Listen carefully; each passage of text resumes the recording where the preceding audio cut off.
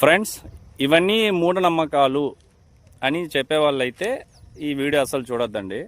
ప్రశాంతి గ్రామంలో జానకి రామయ్య కాలనీలో అయితే ఉన్నాము. ఇక్కడ ఏం చేశారంటే మంత్రాలు చదివి రోడ్డు మీద నిమ్మకాయలు, కుంకుమము, దీపాలు అవన్నీ అన్నీ పడేశారనమాట. సో ఫ్రెండ్స్, చూసారా ఇది నిమ్మకాయలు, ఈ కుంకుమము ఏదో. సో ఇంతవరకు బాగానే ఉంది ఫ్రెండ్స్. కానీ ఇక్కడ మెయిన్ ఏంటంటే మీ ఇంట్లో ఏమైనా హెల్త్ బాగాలేకో లేకపోతే ఈ విధంగా చేసి ఉండొచ్చు. మీ ఇంట్లో ఉన్న వాళ్ళు హ్యాపీగా ఉండాలని పక్కన ఇంట్లో వాళ్ళంతా సంకనాగిపోవాలనే, లేకపోతే ఎలా ఇది? పాపం ఎంతోమంది వెళ్తుంటారు, దీన్ని దాటుకుని పోతుంటారు, చిన్న పిల్లల నుంచి పెద్దవాళ్ళ వరకు. వాళ్ళు ఏమైపోవాలి? ఒకసారి ఆలోచించరా? మీ వాళ్ళు అయితే హ్యాపీగా ఉంటే చాలు అనుకుంటారా? వేరే వాళ్ళు అయితే ఇలా జనసంచారం లేని ప్లేస్లో చేసుకోవచ్చు కదా.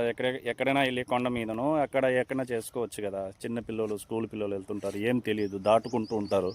ఇవన్నీ నేనైతే నమ్ముతాను, మూఢనమ్మకాలు ఇవన్నీ ఉన్నాయని నాకు తెలుసు, నమ్ముతాను.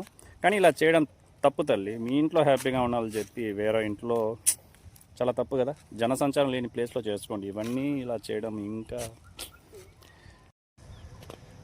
ఫ్రెండ్స్, ఇవన్నీ మూఢనమ్మకాలు అని చెప్పేవాళ్ళైతే ఈ వీడియో అసలు చూడొద్దండి.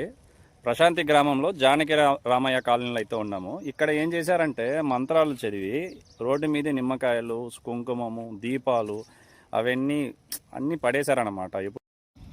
సో ఫ్రెండ్స్, చూసారా ఇది నిమ్మకాయలు, ఈ కుంకుమము ఏదో.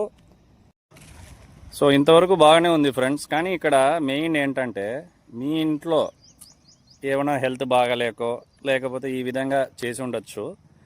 మీ ఇంట్లో ఉన్న వాళ్ళు హ్యాపీగా ఉండాలని పక్కన ఇంట్లో వాళ్ళంతా సంకనాగిపోవాలనే, లేకపోతే ఎలా ఇది? పాపం ఎంతోమంది వెళ్తుంటారు, దీన్ని దాటుకుని పోతుంటారు, చిన్న పిల్లల నుంచి పెద్దవాళ్ళ వరకు. వాళ్ళు ఏమైపోవాలి? ఒకసారి ఆలోచించరా? మీ వాళ్ళు అయితే హ్యాపీగా ఉంటే చాలు అనుకుంటారా? వేరే వాళ్ళు అయితే ఇలా జనసంచారం లేని ప్లేస్లో చేసుకోవచ్చు కదా.